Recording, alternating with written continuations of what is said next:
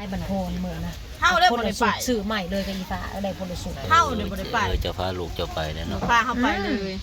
น้องพอเราไปน้ำ เฮาก็บ่เอาไปนำสบายดีพี่น้องเฮาก็บ่เอาไปนำ สวัสดีค่ะ สบายดีปีใหม่เจ้าเอ้ยพาด ช่วงมาหลับรวย เห็นกันแต่ปีกายนี่พวก เก่าเฮ้ยเห็นปีใหม่ เก้า เฮ้ย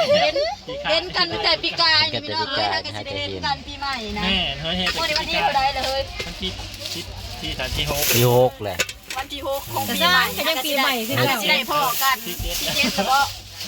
ปีเจ็ดห้าก็ได้พ่อกัน ถ้าก็สิได้ ยัง พ่อ ปีใหม่คือเก่านั่นแห ถ้า ละ ก็สิสบายดีปีใหม่ได้เลยหัวหน้านะสบายดีปีใหม่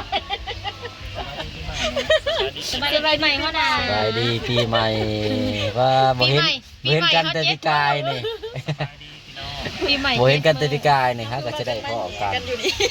ทางมาสอนสตางค์เงินนะ มาแต่แต่พูดแล้ว มาแต่พ่อมพาเด็ก พาเด็กน้อยมาแต่ก่อน แต่พูด ก่อน แต่ ปี ปี ใหม่ ก่อนพูดแล้ว แต่ปีกายนี่ มี ไป เงิน แล้ว เก้านะเด้นะของเก่าเขาจะเอาหนา อึดพี่ยังคะแนนอยากได้กันได้ปะสิเฮ็ดกับสิอึดพี่ยัง มันกระเทินแล้วก็เฮ็ดเลย อย่าแล้วอย่า จะมาแต่เช้า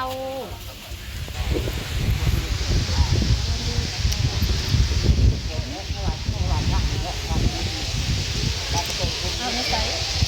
ยังไงแบบว่าคือยุ่งกับผมตามมันคือการเอาลงตามแก จริงๆนะเมื่อนั้นเขาถอเอาทาง เป็นในระบบหนาได้ป่ะ เขาถอเขาถอก่อนเราสูตร สูตรขนมหน้าขนมนอกเขา เข้ากับผ้าได้หน่อยเฮ็ดแต่มือนั่น เฮ็ดแต่พุ่นและแต่ปีกาย ก่อนเช้าไผ่สิไปนั่นเอง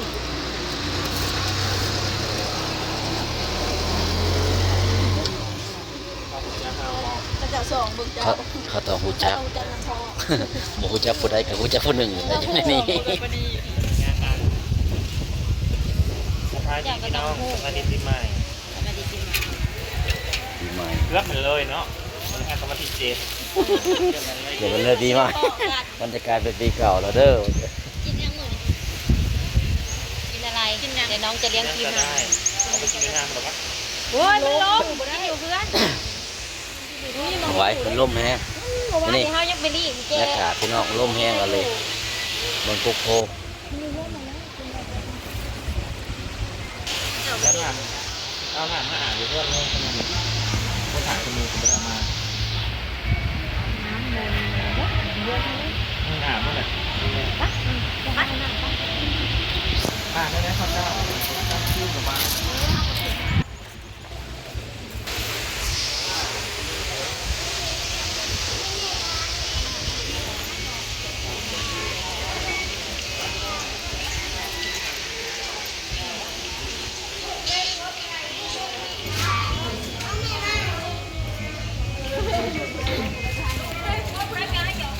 โยนทางนี่ มาเด้อควันเอ้ย17 Pro Max เด้อเนาะสีสุ่มพี่น้องของหัวหน้ากินมาทั้งสิเหลือมทั้งนี้ป๊าด สวยปะ สวยเลิศเชื่ออะไรกับปนีนี่ขึ้นเลย ก็ลืม วา จับ สนาที่จะได้สบาย ต่อไปนุกก็ได้จับเป็นเจ้าของมันเองแหละเดี๋ยวก็ได้ขอบครอง ถูกงามบ่อยบางสีส้มราคาเท่าไหร่ก่อน 36,900 56,000เอง บัตรเขาน่ะนะบักกล้วยค่ะเด้มาซื้ออันนั้นนะนะ 1,860 ลูกจะขอโวกเสียงสวรรค์น่ะ ได้ ซื้อกล้องอันนั้น ได้เงิน ผู้อันพอค่าล่อค่ะดิ ได้เงินเท่าไหร่ก็ ได้เงินกับ17 Pro Max นี่คือเพลงแท้ เอาโทรศัพท์ก็ได้ ขู ปะ ดค่ะเด้แล้วเขาก็ส่งมาให้ขูดรุ่นโชคนะได้ไปอีอันนะฮะเด้หมู่เฮาอันตัวเรือๆเพื่อนตัวบอลกลางเหลือเขานะ ก็ได้ยังก่อนนะ ซื้อเลขอันนะกะซื้อเลขรุ่นไอโฟนก็คือมือเขาได้ป้อง500บอกก็ได้ไอโฟนนั่นน่ะดวงเขาดวงเขา วาสนาเนาะ ได้บายก็มีแฮงไปถึงเชิงบ่ เป็นปะ มืออ๋อเหลือ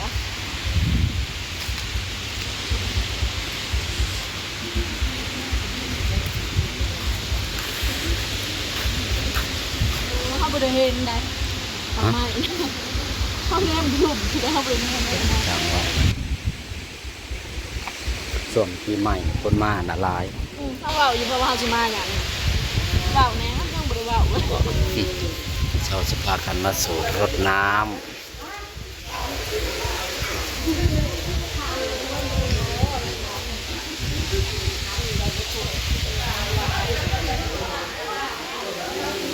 ลูกตาเนี่ยเตะจุ่มจับสิลูกตา เอา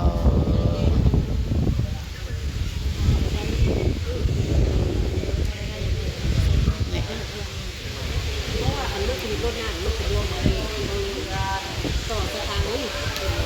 แล้วก็ใครมาเอาของนี่แล้วก็เห็น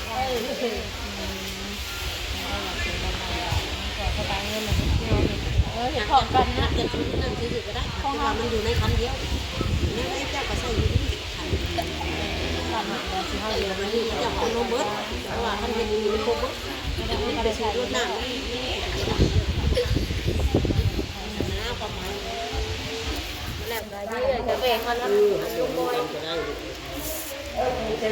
เตรียมเครื่องพร้อมเลยพี่น้องสรรหามังใหม่เก่าย่างเครื่องคำของคูณต่างๆเฮ็ดหับเสือหับไส้ปีใหม่สุดรดน้ำต่อสตาร์พี่น้อง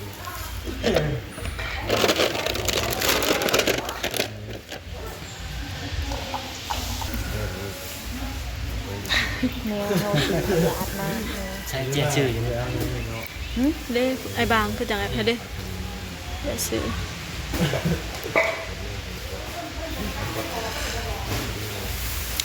ลมพี่น้องเอ้ยมัน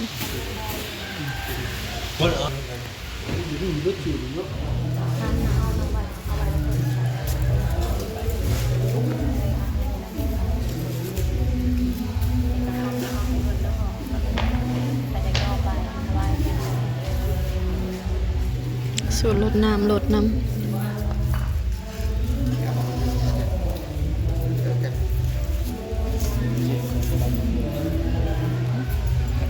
ไหนมา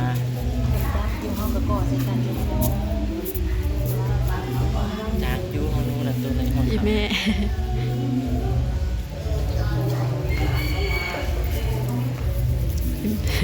อีแม่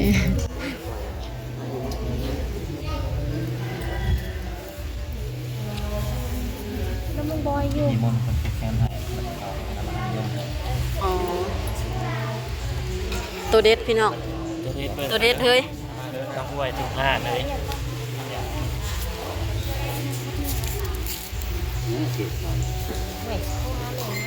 ตัวเด็ด เราขวดน้ำมัน ตัวนี้ออกขากเลยตัวก่อ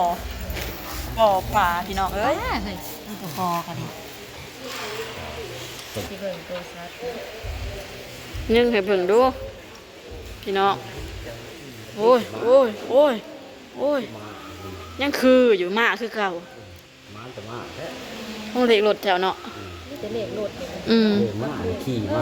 มาฮะเด้มาอันนะฮะเด้มาเด็กน้อยเขาขี่ลิ้นฮะนะก็เยอะไปเยอะมานะมาเลย มาคือเก่าม ารอบก่อน ตัวเก่าชุดก่อนโดยชุดก่อนก็ออกมาอันนี้ มารอบก่อนปีใหม่แล้วก็มาถึง อีหยังอันนี้ ถึงวันที่1นะ นี่มื้อนี้เลขได้มื้อ เอ้ยนางน้ำเฮาก็เป็นว่าคือกันจะหมุนเบิ่งหมุนข้างนะคือกัน เอ้าของน้องดาวก็ของเฮาซึ่งมัน คือกันใดบางน่ะเนาะคือกันใดเป็นหมา เด้ตัวนี้ของน้องดาว คือกันฮะเด้ อันนี้คือต่าง อันเดียวกันเฮ้ยมาเบิดสอง เอามาลงเกี่ยวกัน คือเจ้า เอาขี่รถคันเดียวกันอันเดียวกันเลย เนาะ เบิ่ง อันเดียวกัน เป็นมา เป็นหมาคือกันพี่น้อง เอ้ เอ้ ย ย ตัวเดียวเอ้ยเต้ เอาเด้อพี่น้องโศกไปมัน เป็นคนแต่งให้กันนะ ทั้งนี้เด้ คือกันหันกับคล้ายๆ ถ่ายกันอยู่ถ่ายกัน เนี่ยค่ะ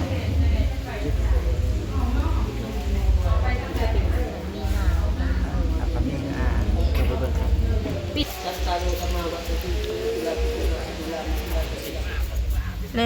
วพี่น้องเสร็จพิธีแล้วไปทำไปสิกลับเลยเลยนำมนต์มาอาบพี่น้องอาบแล้วจ้าโอเค ก็จะเป็นน้องสำหรับอยู่ดาวกับโปรโจเก็บไว้เพียงสำหรับก่อนสำหรับไปเข้ามาเบิ่งคลิป